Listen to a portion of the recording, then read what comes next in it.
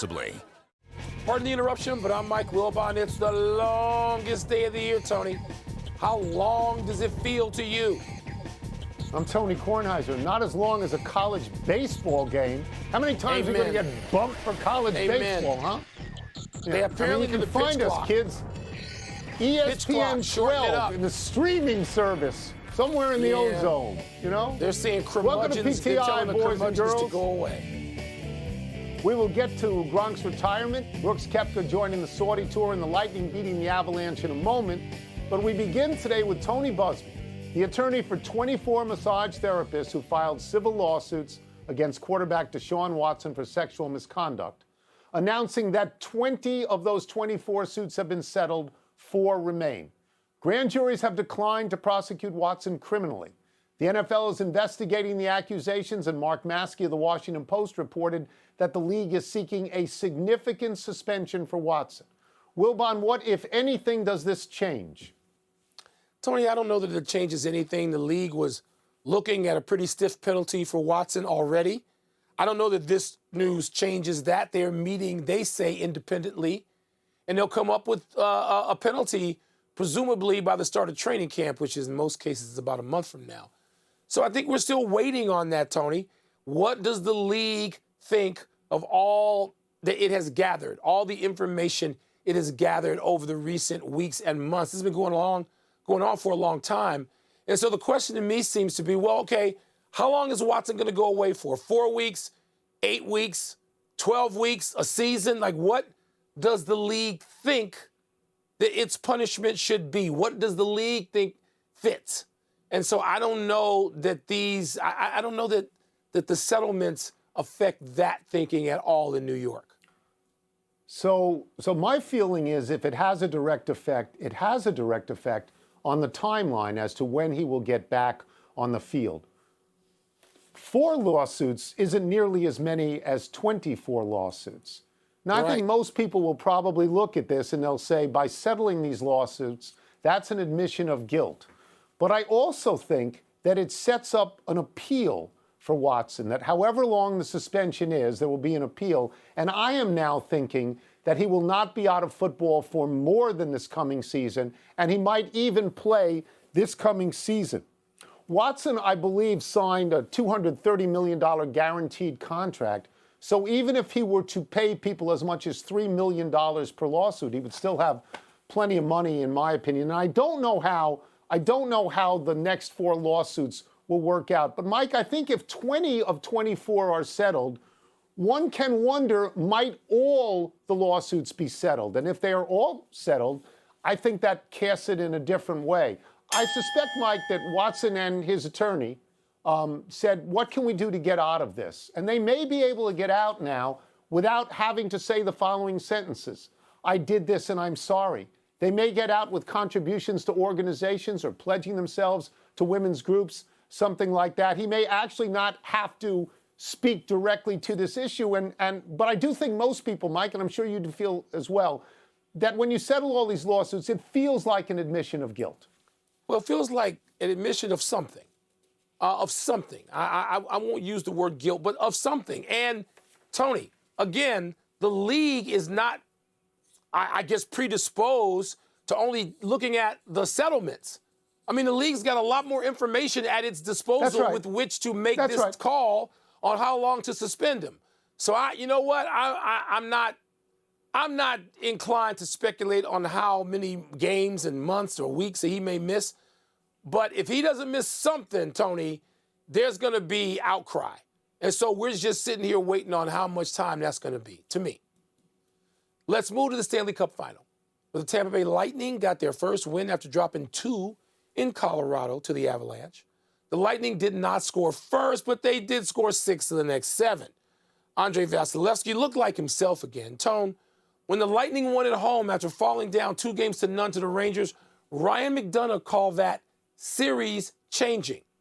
Do you see this win similarly? Well, sort of, except had Colorado won this game, I would have called it series ending. That's what I would have called it. And now I think that Game 4 is series changing, whichever way it flips.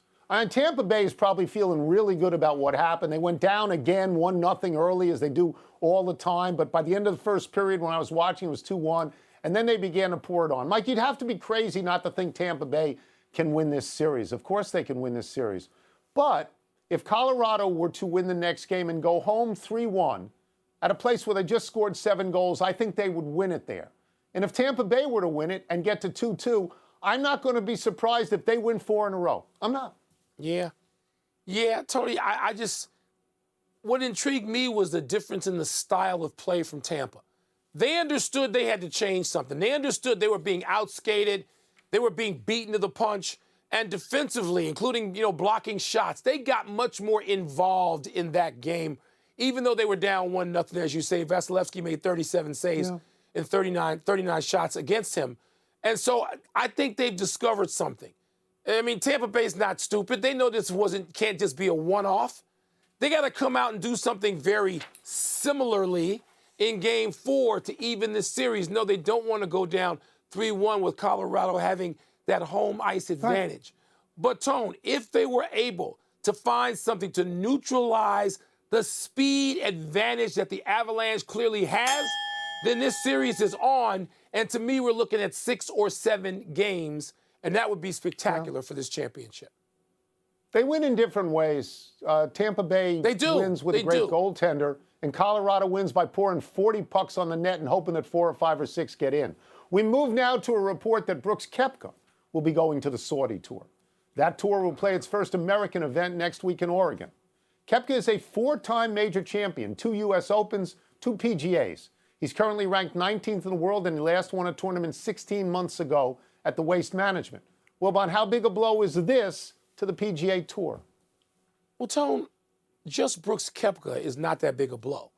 But as I've been saying, and your tone to me when we talk about this on the phone on Sundays, which we do all the time, just so people understand, it's not just a show where we talk about this. You seem to not think there's going to be this great migration, and I think that's possible. It's the accumulation, Tone. It's not Koepka. It's not Oosthuizen. It's the accumulation of players of consequence, stars on Sunday that people recognize. And Koepka, with those 4 majors and his sort of the physique and his prowess, he's a recognizable figure. And I think the migration, is greater than you think it's going to be. Because, Tone, 8 out of the top 50, that's a dent. 16 out of the top 50 is an enormous dent. And the PGA is reacting already. Because they're going to come up, they're coming up with these extra events they're going to put on in the fall and create some more money. That's a direct reaction to live. The question is, could they have gotten this done by picking up the phone earlier in cooperation? And I'm not saying they should cooperate with the Saudis. I'm not. I'm just saying they could have done this and not lost all these players who are migrating. But, Tone, I think it is going to be a big deal by the time all is said and done, because I don't think people are going to say no to this much money. So let me just answer the question directly. Every time someone who is a major champion under the age of 40 goes to the Saudi Tour, that is a blow to the PGA Tour. So now there's Koepka and DeChambeau, right, and Patrick Reed and Dustin Johnson. They're all major winners, though none are in the top 10 right now, but they're all major winners. You can sell them and you use them to get a television contract. Koepka by himself is not that big a deal. First of all, everybody knew he was going to go. His brother's playing on that tour. And his performance in his press conference before the U.S. Open, when he was whining about the fact that people were looking at a legitimate news story about the fracturing of the golf tour, indicated that he was going to go. He's not a particularly popular guy. I've always found him frosty and sort of an egomaniac. But, Mike, every one of these good players, especially American good players, the PGA dies by 1,000 cuts. And that's why, as you say, they are coming back with no-cut events and more money. Because if you are allowed to play in all the majors, people will take the Saudi money, and it is an unlimited barrel of money, and it gets them where they want into sports washing.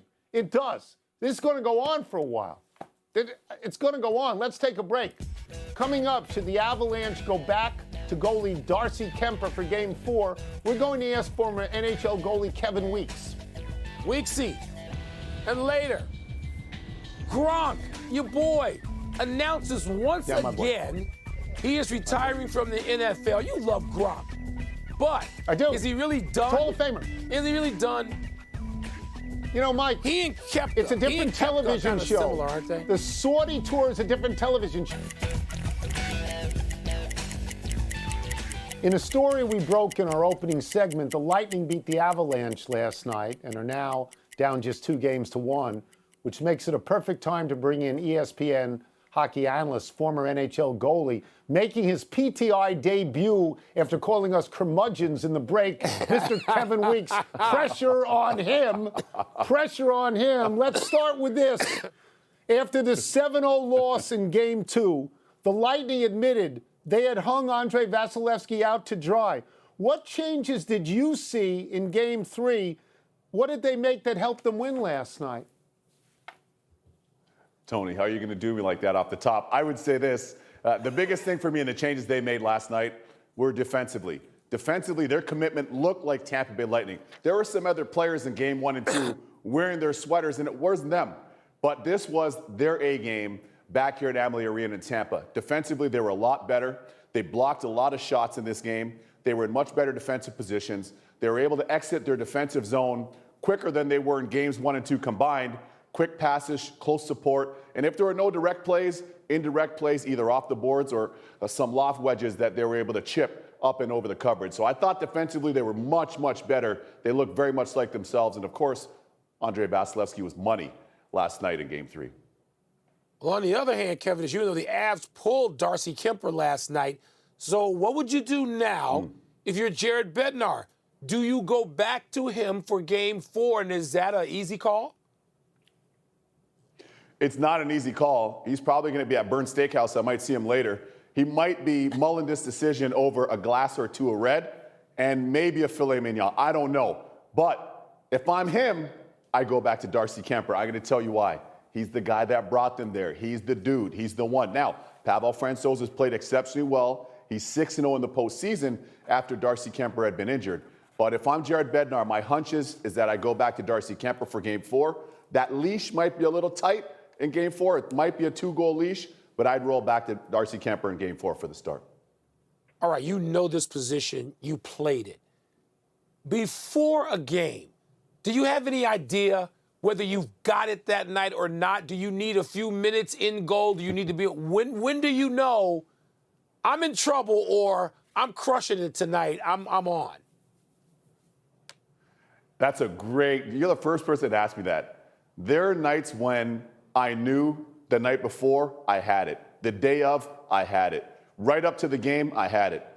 And the opposite is also true. There are other nights where you go through your whole routine, your whole preparation, you're in your mindset, you're doing all the things that the great Tim Grover talks about, and you get out there and all of a sudden it feels like you're allergic to the puck. That's just the way it goes sometimes. But this is right now the biggest stage in the world. You guys know there's nothing like the Stanley Cup final and the Stanley Cup playoffs. I've got friends in every league, and I watch them all. But it's really unique to be a goalie in the Stanley Cup playoffs, let alone the Stanley Cup final. And I'm telling you, for either team, for Andrei Vasilevsky, who's a future Hall of Fame lock for me anyway, at this young age of 27, or if you're Darcy Kemper and Pavel Francouz, it's the first team to 4 Ws. You got to stay locked in. You got to be dialed in. This is a unique opportunity. You never know if and or when you get back here. We'll get you out of here on this, but first let me say very well played on the Burn Steakhouse reference. Very well done. Hope they comp you with a steak. Makes me very happy.